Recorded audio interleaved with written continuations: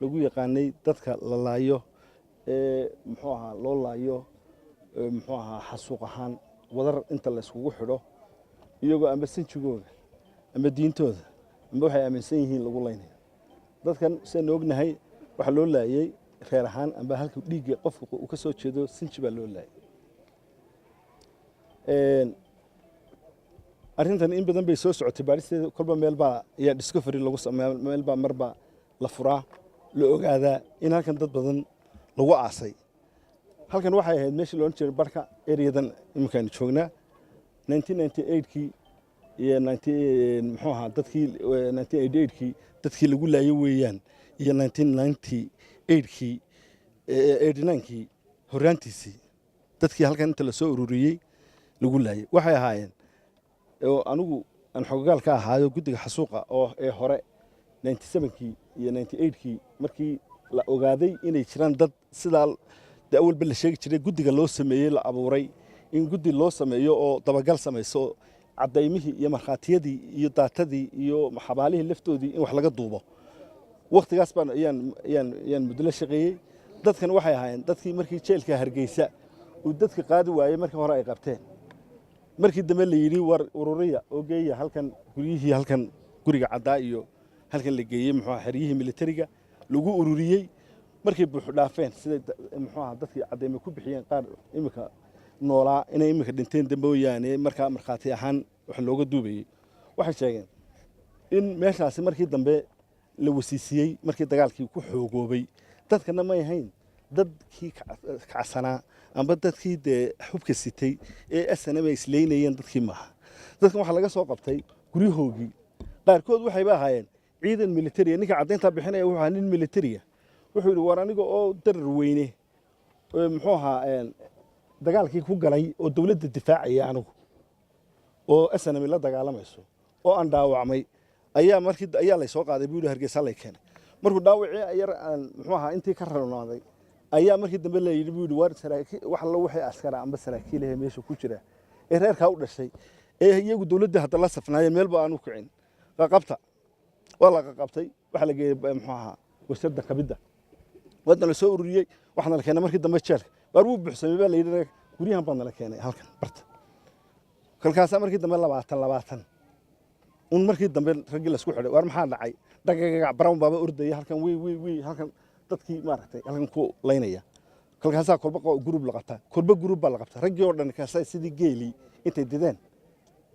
gidaarkiina soo celiyay wuxuu anigu waxaan ahaa buu yiri kii ugu tabarta yaraa wala igu dul tumanaya xagga hoos baan ku jiray buu yiri mar dambe oo intaas dhowr bilood ay socoto kolba ragii cusub ee xagga hore joogan bala guraa ayaa la yiri buu yiri markii dambe ay fashilmeen ay ogaadeen ee adduunkii kalena qayliyay dawladoodii durba la soo gudbiyay magaranaysa dhacdadii iyo wixii ee waxa la yiri baa la yiri waba inta yara inta hadhay intan inba yar waxba ma hadhinba xabsiga caadiga u gudbiyay xabsiga caadiga kuwa loo gudbiyay ban markii dambe anuu galay wuxuu ciidan u dagaalamayna waxa ay dawladii dad innocent oo aan dambi gelin oo reerhaan qaarkood ba iyaga dawladda ilaa dawladda waa lagu wada jiray ilaa xamar meel walba la joogo dadku lama kale deennina uu halgankii huwa islaam u galay nina ama dawladda iyo meeshii maatay wuxuu ka tagay waa wuxuu bad dadku ku kala haray kuwiba ilaa jasiire ka dhacday xamar gudaheega ka dhacday oo dadka inta saan la isku xidhay habeenimo la ururiyay reer ahaan loo ururiyay katiinad lagu dhisay ku waagu ka bariyay xafiiska nin baa ka shaqeeya ku waagu ka bariyay jasiira ee markii dambe waagi wala markuu yiri la yiri waariyada wana fashilanay joojiya wala ogaa ilaa talihii booliska waa laga hor joogsaday baaristii la gelayay la yiri war banaankii yaaleen qaarkood markii laga hadlayay arinta ragan xogagal bay ka yihiin oo ka hadli doon qaarkood marka waxaan ka wadnaa genocide-ka calaamadaha lagu yaqaana characteristics maaha hadday u qaataan hadhowto dad hubsita baa la qabto la leeyahay maaha waa dad innocent maqaaxibu ka soo toos guribu ka soo toos wala qabto wala uriyay halka ciidankii baa ku jira dawladda difaacay waxa lagu yaqaana way isku xidhan yihiin oo dad qof nin la kafay maaha qof dhintay oo la kafay